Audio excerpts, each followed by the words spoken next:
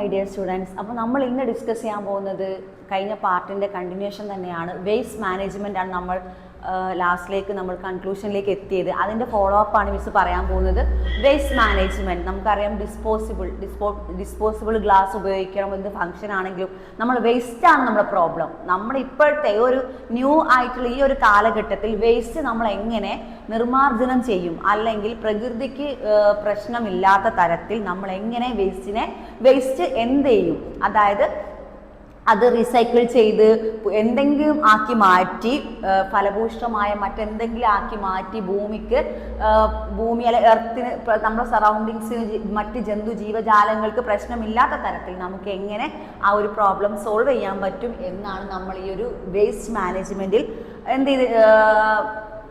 Discuss ചെയ്തുകൊണ്ടിരുന്നത്. Next നമുക്ക് പഠിക്കാനുണ്ട് നെക്സ്റ്റ് യൂണിറ്റ് 11 ആണ്. ഇതിൽ ഗ്ലോബൽ വാർമിങ്ങിനെ പറ്റി നമുക്ക് പഠിക്കാനുണ്ട്, ഗ്ലോബൽ എൻവയോൺമെൻറ്റ് ഉണ്ട്.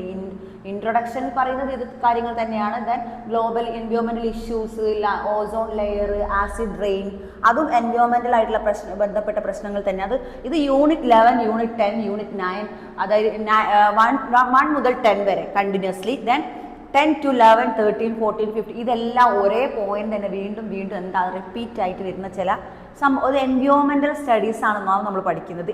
പരിസ്ഥിതിയെ എങ്ങനെയൊക്കെയാണ് നമ്മൾ മനുഷ്യൻ എക്സ്പ്ലോയിറ്റ് ചെയ്യുന്നത്. അതിപ്പോൾ വേസ്റ്റ് കത്തിച്ചിട്ട് നമ്മൾ എന്ത് ചെയ്യാൻ, അതിൻ്റെ പുകപടലം ശ്വസിച്ചിട്ട് പലർക്കും പല പ്രശ്നങ്ങളും വരുന്നു, ആരോഗ്യ പ്രശ്നങ്ങൾ വരുന്നു. നേരത്തെ നമ്മൾ പറഞ്ഞ ഫാക്ടറികളിൽ നിന്നും ജലം എന്തിലേക്ക്, കുളങ്ങൾ അല്ലെങ്കിൽ കായൽ, സമുദ്രം, അങ്ങനെ പലതിലേക്കും ഒഴുകുമ്പോൾ പക്ഷികൾ വെള്ളം കുടിക്കാൻ വരുമ്പോൾ അവർക്ക് ചിറകിൽ പറ്റിപ്പിടിക്കുന്നു, അവർ അതിലേക്ക് തന്നെ വീണ് ചത്തൊടുങ്ങുന്ന ഒരവസ്ഥ നമ്മളിപ്പോഴും ചില ദിനംപ്രതി എന്നോ നമ്മൾ കാണുന്നതാണ്. ആ വെള്ളം കുടിക്കുന്ന പശുക്കൾക്കും പ്രശ്നങ്ങളാണ്, മറ്റുള്ള നാൽക്കാലികളായിട്ടുള്ള ജീവജാലങ്ങൾക്ക് പ്രശ്നങ്ങളാണ്, കുടിക്കുന്ന മനുഷ്യന് പ്രശ്നങ്ങളാണ്. അതിനടുത്തുള്ള എന്താ പറയുക, ഫാമിങ്, അതായത് കൃഷി ഉണ്ടെങ്കിൽ ഫാമിങ്, അത് പാടശേഖരങ്ങളാണെങ്കിൽ അതിലൂടെ ഒഴുകുന്ന ഒരു മലിനജലമാണെങ്കിൽ അത് ആ ഒരു കൃഷിക്കും പ്രശ്നമാണ്, അത് സസ്യങ്ങൾക്കും പ്രശ്നമാണ്. പൊതുവെ സറൗണ്ടിങ്സിലുള്ള എല്ലാത്തിനും പ്രശ്നങ്ങൾ തന്നെയാണ് നമ്മുടെ ഒരു പൊല്യൂഷൻ. അതൊരു മലിനീകരണമാണ്, എന്താ പറയുക, പ്രോബ്ലമാണ്, എൻവയോൺമെൻറ്റിലുള്ള പ്രോബ്ലമാണ് പറയുന്നത് പൊല്യൂഷൻ. അതേപോലെ പ്രോബ്ലമാണ് നമ്മുടെ വേസ്റ്റ് മാനേജ്മെൻറ്റ്. വേസ്റ്റ് മാനേജ് ചെയ്യുക, നമുക്ക് എങ്ങനെ കൈകാര്യം ചെയ്യാം വേസ്റ്റിനെ, അതിനോടനുബന്ധിച്ചാണ് ഓരോരോ യൂണിറ്റും കവർ ചെയ്ത് പോകുന്നതെന്നാണ് മിസ് പറഞ്ഞുകൊണ്ട് വരുന്ന പോയിന്റ്. അതിലേക്കാണ് ഇതിൽ ഇൻട്രൊഡക്ഷൻ ആയിട്ട് പറയുന്നത് നമ്മുടെ വേസ്റ്റ് അതായത് എന്താ പറയുക, യൂണിറ്റ് ഗ്ലോബൽ എൻവയോൺമെൻറ്റൽ ഇഷ്യൂസ് ആണ് നമ്മുടെ യൂണിറ്റിൻ്റെ പേര്. ദെൻ ഗ്ലോബൽ എൻവയോൺമെൻറ്റൽ ഇഷ്യൂസിൽ പ്രധാനമായിട്ടും പറയുന്നത്, ഇൻട്രൊഡക്ഷനിൽ പറയുന്നത് ഓസോൺ ലെയറിനെ പറ്റി പറയുന്നുണ്ട്, ആസിഡ് റെയിനെ പറ്റി പറയുന്നുണ്ട്, നമ്മുടെ ഹരിതഗൃഹ പ്രഭാവം നിങ്ങൾ കേട്ടിട്ടുണ്ടാവും.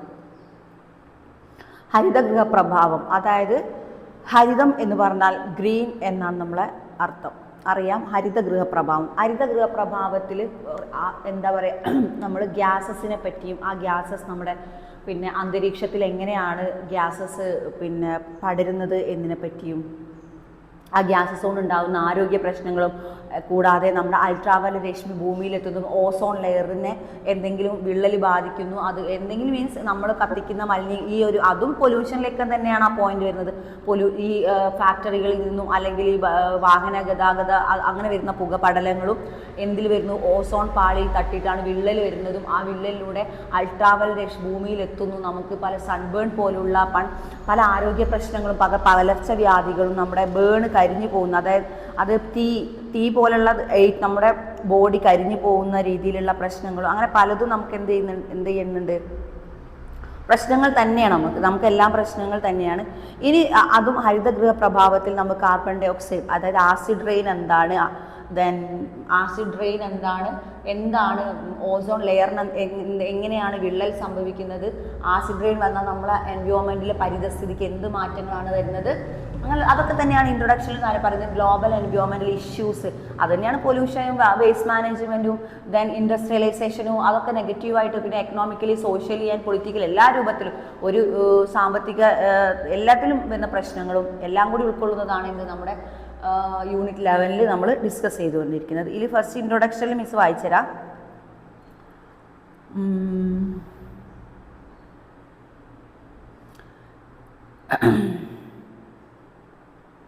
ഇൻട്രൊഡക്ഷനിൽ പറയുന്നത് this is the last unit of the block environmental issues. Okay, ഇത് നമ്മുടെ ലാസ്റ്റ് യൂണിറ്റ് ആണ്. 11 unit, the introduction, the last unit block of environmental issues and concern and this ensured good knowledge about the importance of various natural resources. അപ്പോൾ നമുക്കറിയാം, നമ്മൾ ഇതുവരെ discuss ചെയ്ത എല്ലാ കാര്യത്തിലും നാച്ചുറൽ നമ്മൾ ഇമ്പോർട്ടൻസ് ആയി നമ്മുടെ റിസോഴ്സസ് എത്രത്തോളം ഇമ്പോർട്ടൻ്റ് ആണെന്ന് നമുക്ക് ഈ സിലബസിലൂടെ നമ്മൾ ഇപ്പോൾ ഈ വിദ്യാർത്ഥികൾക്ക് മനസ്സിലാക്കിയിട്ടുണ്ട് എന്നാണ് ഇൻട്രൊഡക്ഷനിൽ പറയുന്നത്. Their users and must have ensured the good knowledge about the importance of various natural resources. നമുക്ക് ഗുഡ് നോളജ്, നമുക്കൊരു നോളജ് മനസ്സിലാക്കാൻ പറ്റും. And there uses of development and effect of developmental activities on the environment. More importantly, they need to properly manage the natural resources in environmental conservation have led to the concept of environmental quality management and the waste management also included. And however, in the block discussed the threats of biodiversity and its conservation. The unit 3 and 9 we describe the pollution of the environment. അത് ഓരോ chapters, ഓരോരോ യൂണിറ്റിൽ നമ്മൾ cover ചെയ്ത് വന്നത് എന്താണോ അതിൻ്റെ explanation ആണ്. മൊത്തത്തിൽ 11ലേക്ക് എത്തുമ്പോഴേക്കും നമ്മൾ 1 to 11 വരെ, ഓക്കെ, 1 to 11 വരെ നമ്മൾ എത്രത്തോളം എത്തിയിരിക്കുന്നു, 11ലേക്ക് എത്തുമ്പോഴേക്കും നമ്മൾ കവർ ചെയ്ത കാര്യങ്ങളാണ് ഇൻട്രൊഡക്ഷനിൽ 11 എന്ന ചാപ്റ്ററിൽ ഇൻട്രൊഡക്ഷനിൽ പറയുന്നത്. And the unit covers global issues. The issues have become topics of the hot discussion at that 4 area. And the global issues are named because their impacts and affect only countries and caused problem. The global issues has been matter of debate and long there are we discussed about effects of these phenomena of some of the measurement of these issues. എന്തൊക്കെ പറഞ്ഞാൽ ഈ ഒരു structure, അതായത് നമ്മൾ അഭിമുഖീകരിക്കുന്ന ഇത്തരം പ്രശ്നങ്ങൾക്കെല്ലാം നമ്മൾ എന്ത് ചെയ്യണം, മുന്നോട്ട് ജനറേഷന് എന്ത് ചെയ്യാൻ പറ്റും, ബോധവൽക്കരണം നടത്തിയേ പറ്റൂ എന്നാണ് ഈ യൂണിറ്റ് ലാസ്റ്റ് എത്തുമ്പോൾ ഇത് മൊത്തത്തിലൊരു അനലൈസേഷൻ പോലെ ഇൻട്രൊഡക്ഷനിൽ പറയുന്നത്. Okay, expected learnings define the list of important of global environment and discuss the effects of global warming, explain cause of effect, the ozone layer, ozone layer then global warming നെ പറ്റി. Global warming നമുക്കറിയാം, പിന്നെ ആഗോളതാപനം എന്നാണ് അതിന് മലയാളം. ആഗോളതാപനം, അന്തരീക്ഷം ചൂട് നിലനിർത്തുന്നത്. അന്തരീക്ഷത്തിൽ നമുക്കറിയാം നമ്മുടെ അറ്റ്മോസ്ഫിയർ ഒരു ആവറേജ് ടെമ്പറേച്ചറിൽ നിലനിൽക്കുമ്പോഴേ നമുക്ക് ജീവികൾക്കും നേരത്തെ ജന്തു ജീവജാലങ്ങൾക്ക് ഭൂമിയിൽ ജീവിച്ച് പോകാൻ പറ്റും. വല്ലാതെ ചൂട് വന്നാൽ നമുക്ക് എന്ത് ചെയ്യാൻ പറ്റും, ആ ചൂടിനെ ആഗിരണം ചെയ്യാനോ അതിനെ ഓവർകം ചെയ്ത് നിൽക്കാൻ പറ്റത്തില്ല. നമുക്ക് ഒരു മനുഷ്യന് ഒരു ഇത്ര സെൽഷ്യസിൽ നമുക്കുണ്ട് ജീവിക്കാനൊരു താപം ഇല്ലേ. നമുക്കറിയാം മരുഭൂമി, അത് ഗൾഫ് നാടുകൾക്ക് ഭയങ്കര ചൂടാണ് നമ്മൾ പറയുന്നത് കേട്ടിട്ടുണ്ട്. അപ്പോൾ അവർക്ക് ഭയങ്കര ബുദ്ധിമുട്ടാണ് ജീവിക്കാൻ. നമ്മുടെ പിന്നെയും എന്താ പറയുക, അതവിടെ ഒരു ഓരോരുത്തർക്കും ഓരോ ഭാഗത്തേക്ക് ടെമ്പറേച്ചർ വ്യത്യസ്തമാണ് നമുക്കറിയാം. നമുക്ക് ഇൻ കേസ് നമ്മുടെ സംസ്ഥാനം കേരളം നോക്കുകയാണ്, കേരളം നല്ല എന്താ പറയുക പശ്ചിമഘട്ടം, ഹിമാലയ പർവ്വതം, അറബിക്കടൽ, ബംഗാൾ ഉൾക്കടൽ, നമ്മുടെ ഈ ഒരു വടക്ക് കിഴക്ക് പടിഞ്ഞാറ് മേഖലകൾ നമ്മുടെ ക്ലൈമറ്റ് കണ്ടീഷൻ സുഖമായി നിലനിർത്താനും നമ്മുടെ അന്തരീക്ഷത്തിലെ താപനില കറക്റ്റ് അളവിൽ നിലനിർത്താൻ ഇത്ര ഈ പശ്ചിമഘട്ടത്തിനാണെങ്കിലും അറബിക്കടലിനാണെങ്കിലും നമ്മുടെ ബംഗാൾ അങ്ങനെയുള്ള എന്താണ് ഈ ഒരു നമ്മളെ ക്ലൈമറ്റിൽ വരുന്ന ജോഗ്രഫിക്കൽ കണ്ടീഷൻ എന്നാണ് മൊത്തത്തിൽ പറയും അല്ലേ. ജോഗ്രഫിക്കൽ കണ്ടീഷൻ അത്രയും കറക്റ്റ് ആയതുകൊണ്ട് കേരളത്തിൽ മറ്റ് സംസ്ഥാനങ്ങളെക്കാളും കേരളത്തിന് എന്താണ് നല്ലൊരു നോർമൽ ക്ലൈമറ്റ് ആണെന്നാണ് നമ്മൾ പറഞ്ഞുകൊണ്ടിരിക്കുന്നത്. അപ്പോൾ ക്ലൈമറ്റും എന്താണ് ഇതിൻ്റെ ഒരു എൻവയോൺമെൻറ്റിലേക്ക് ഒരു ഭാഗമാണ്. ദെൻ സോളാർ റേഡിയേഷനെ പറ്റി, ഇതൊരു ഗ്ലോബൽ എൻവയോൺമെൻറ്റൽ ഇഷ്യൂസ് ആണ് നമ്മൾ പറയുന്നത്. സോളാർ റേഡിയേഷൻ നമ്മളവിടെ വന്നാൽ എന്തൊക്കെയാണ് പ്രശ്നങ്ങൾ ഉണ്ടാവുക, അതായത് solar radiation worms earth surveys at atmosphere about 1/3 of radiation is reflected back to space, about 20%, and atmospheric gases are the remaining about reaches absorbed by the energy of absorbed of remitted the form of infrared radiation. Okay, ഇത് radiation അതായത് നമ്മുടെ സൂര്യനിൽ നിന്ന് വരുന്ന പ്രകാശരശ്മികൾ, അതായത് സൺലൈറ്റും സൺറൈസസും വെളിച്ചവും അതിൻ്റെതായി വരുന്ന എല്ലാ കെമിക്കലുള്ളതും കെമിക്കലില്ലാത്തതും അന്തരീക്ഷത്തിലാണ് കുറേ ഗ്യാസസ് ഉണ്ട്. നമുക്ക് എന്ത് ശ്വസിക്കാൻ പറ്റുന്നതുണ്ട്, ശ്വസിക്കാൻ പറ്റാത്തതുണ്ട്. എന്താ പറയുക, അതായത് എക്സാമ്പിൾ ഒരു വാഹനം പോകാൻ അതിനടുത്തിരുന്ന് ഭയങ്കര ബ്ലാക്ക് പുക. എക്സാമ്പിൾ ഒരു സിനിമ നിങ്ങൾ ഓർമ്മ ഉണ്ടോയെന്ന് അറിയില്ല, ആ പറക്കുംതളിക എന്ന സിനിമയിൽ ഒരു വൈറ്റ് ബസ് പോകുമ്പോൾ അതിൽ നായകനായ ദിലീപും ഫ്രണ്ട്സും കുറച്ച് വെള്ള വസ്ത്രമിട്ട കന്യാസ്ത്രീകൾ നിൽക്കുന്ന ഒരു ടൈമുണ്ട്. അതിലൂടെ ജസ്റ്റ് ആ ബസ്സായിട്ട് പാസ് ചെയ്ത് പോകുമ്പോൾ ആ ഒരു കറുത്ത പുകയാണ്. കാരണം പഴയ വണ്ടി ആയിട്ട് പറക്കുംതളിക അങ്ങനെ ആണല്ലോ, പഴയ എന്തൊക്കെയോ പ്രശ്നമുള്ളൊരു വണ്ടി. ആ വണ്ടി അങ്ങോട്ട് പോയി കഴിഞ്ഞപ്പോൾ അതിൻ്റെ എഞ്ചിനിൽ നിന്ന് വന്ന പുക മേലിൽ തട്ടിയിട്ട് അവരുടെ ശരീരത്തിൽ തട്ടിയിട്ട് ഡ്രസ്സൊക്കെ ബ്ലാക്ക് കളറായിട്ട് അത് കോമഡി ആയിട്ടാണ് അവർ അവതരിപ്പിച്ചെങ്കിലും അതിലും ഒരു ശാസ്ത്രീയ വശം ഉണ്ടെന്നാണ് നമ്മൾ എഡ്യൂക്കേഷൻ അക്കാദമിക്കിൽ ചിന്തിക്കുമ്പോൾ എന്താണ് ആ ബസ്സിൽ വരുന്ന പുകയേറ്റ് ബ്ലാക്ക് കളറായിട്ട് ഡ്രസ്സ് ഫുൾ ബ്ലാക്ക് കളറായി. അപ്പോൾ അന്തരീക്ഷത്തിൽ പടർന്നിരിക്കുന്ന മലിനമായ പുക എത്രത്തോളം കാർബണും മറ്റൊന്നും അടങ്ങിയിട്ടുണ്ടാവും, അതൊന്ന് ശ്വസിച്ചാൽ എത്ര നല്ല ഗുഡല്ല നമുക്ക് കോമൺ സെൻസ് ഉപയോഗിച്ചാലും മനസ്സിലാവും. അങ്ങനെയുള്ള ഒരു ഇഷ്യൂസ്, ഗ്ലോബൽ എൻവയോൺമെൻറ്റൽ ഇഷ്യൂസിനെ പറ്റിയാണ് നമ്മൾ പറയുന്നത്. ദെൻ ഇതിൽ പറയുന്നത് the vapours are responsible greenhouse effect. ഇതിൽ ഗ്രീൻ ഹൗസ് ഇഫക്റ്റ് ഉണ്ട്. അത് നിങ്ങൾ എന്ത് ചെയ്യുക, ശ്രദ്ധിക്കുക, നിങ്ങൾ എന്ത് ചെയ്യുക, നോട്ടിലേക്ക് എഴുതുക. ഗ്രീൻ ഹൗസ് ഇഫക്റ്റ്, ഹരിതഗൃഹ പ്രഭാവം. നമുക്കറിയാം പച്ചക്കറി, അതായത് വെജിറ്റബിൾസ് അല്ലെങ്കിൽ ചെടികളൊക്കെ വാങ്ങാൻ പോകുന്ന നഴ്സറികളിൽ പോയാൽ കാണാം ചെറിയൊരു പച്ച ഇലകളോട് മൂടി ചെറിയ കൂടാരം പോലെ ഒരു ഹൗസ് കാണാം. That is green house. അവിടെ നടക്കുന്ന എഫക്റ്റ്, ഗ്രീൻ ഹൗസ് എഫക്റ്റ്, ഹരിതഗൃഹ പ്രഭാവം, അതിനുള്ളിൽ നടക്കുന്ന ആ ഒരു പ്രാക്ടിക്കലായിട്ട് നടക്കുന്ന ഒരു സംഭവം അല്ലെങ്കിൽ ഒരു കാര്യം തന്നെയാണ് എന്ത്, ഗ്രീൻ ഹൗസ് എഫക്റ്റ്. ഇതിൽ കറക്റ്റായിട്ട് നമ്മൾ ടെക്സ്റ്റിൽ കൊടുത്തിട്ടുണ്ട്. ഗ്രീൻ ഹൗസ് ഇഫക്റ്റിൽ ഏതൊക്കെ ഗ്യാസസ് ആണ് നമ്മൾ ഇമ്പോർട്ടൻ്റ് മനസ്സിലാക്കേണ്ട ചില വാതകങ്ങളെ പറ്റി മിസ് ഇതൊന്ന് പറയാം.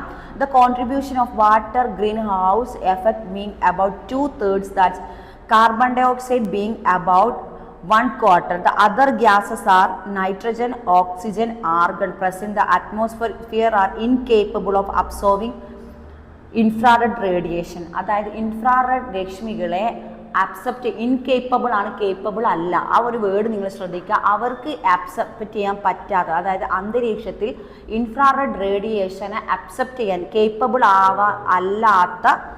അല്ലാത്ത വാതകങ്ങളെയാണ് നമ്മൾ നൈട്രജനും ഓക്സിജനും ആർഗണും. അത് ചിലപ്പോൾ വൺ വേർഡ് ക്വസ്റ്റ്യൻ ചോദിക്കുമ്പോൾ നിങ്ങൾ ശ്രദ്ധിക്കുക. അതായത് നമ്മുടെ ഇൻഫ്രാറെഡ് റേഡിയേഷൻ ഇൻകേപ്പബിൾ ആയ അക്സെപ്റ്റ് ചെയ്യാത്ത വാതകങ്ങളാണ് ഏതൊക്കെ?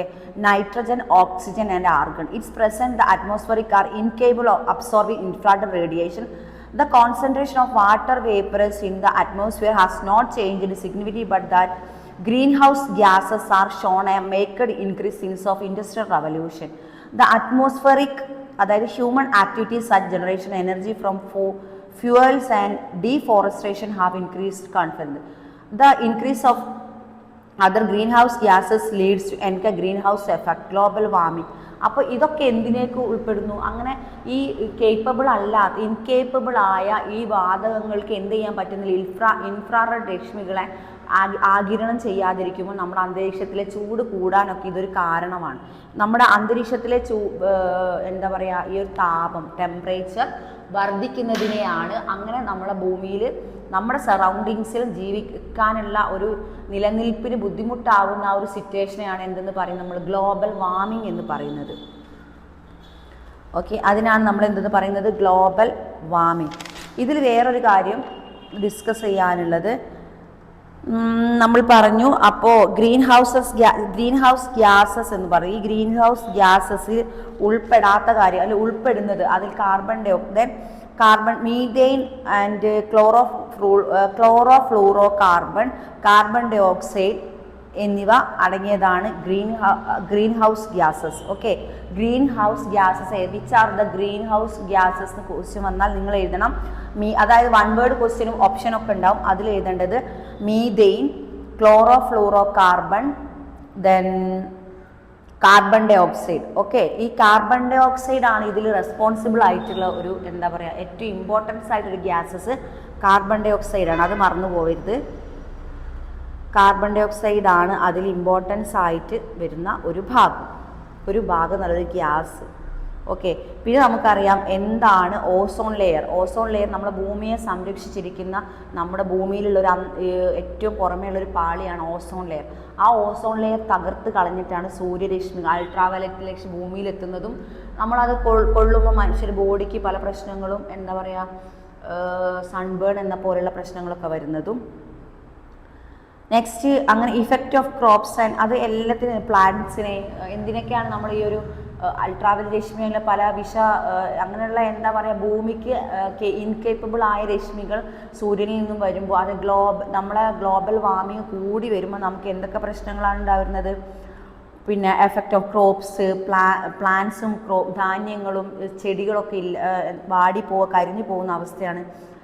അങ്ങനെയുള്ള പല പ്രശ്നങ്ങളും. പിന്നെ നമുക്ക് മാനുഷികപരമായി മനുഷ്യരുണ്ടാകുന്ന രോഗങ്ങൾ, പിന്നെ മറ്റ് ജന്തു ജീവജാലങ്ങൾക്ക് പ്രശ്നങ്ങൾ ഉണ്ടാകുന്നു. അതെല്ലാം അതിലൊരു ഗ്ലോബൽ എൻവയോൺമെൻറ്റൽ ഇഷ്യൂസാണ് ആസിഡ് റെയിൻ. ഇതിൽ ആസിഡ് റെയിൻ എന്താണെന്ന് വെച്ചാൽ the effect of crops and plants. The acid rain as determine effects of crops and the forest. അല്ലേ, നമുക്കറിയാം ആസിഡ് റെയിൻ ഫോറസ്റ്റിന് എല്ലാ ജീവജന്തുജാലങ്ങൾക്കും പുറമെ ഫോറസ്റ്റിനും പ്ലാന്റ്സിനും എല്ലാവർക്കും എന്താണ് അത് നെഗറ്റീവായി തന്നെയാണ് എഫക്റ്റ് ചെയ്യുന്നത്. ഓക്കെ.